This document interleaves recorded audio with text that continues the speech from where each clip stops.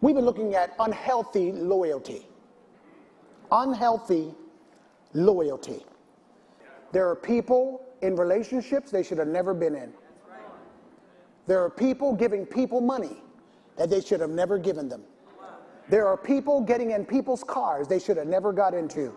And then an accident or something happened. Why did God let this happen? He told you not to get in it. And these are things we're not talking about in church. We just kind of like, we just fly under the radar. I'm pulling back every radar screen I can. Because church, where people are getting hurt, good, authentic, purposeful people are getting hurt. Because we're getting in relationships and we're wondering why we're walking around mountains for 40 years. We're wondering why we're never stepping into our promised land. It's because we've got to learn to listen to the Spirit of God and realize that some of these relationships we say God sent, He never sent. It's because we went places we should have never been.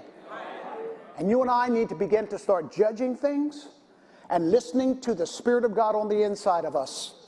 The Bible says in Romans chapter 8, it says, as many as are led by the Spirit of God, around verse 14, as many as are led by the Spirit of God, they are the sons of God. When you hear something that someone says is from God, you as a child of God need to learn how to pause and listen on the inside. You've got to be able to distinguish between the true and the false. They all are going to say, thus saith the Lord. But not all of them the Lord sent. Are you hearing what I'm saying to you? How many people get in relationships and lose themselves? I said, how many people get in relationships and lose themselves? You start to tolerate stuff, you start to put up with stuff, you start to accept stuff that you never accepted before. And the person who's making you do all this, they're hiding behind you. Your parents don't even recognize you.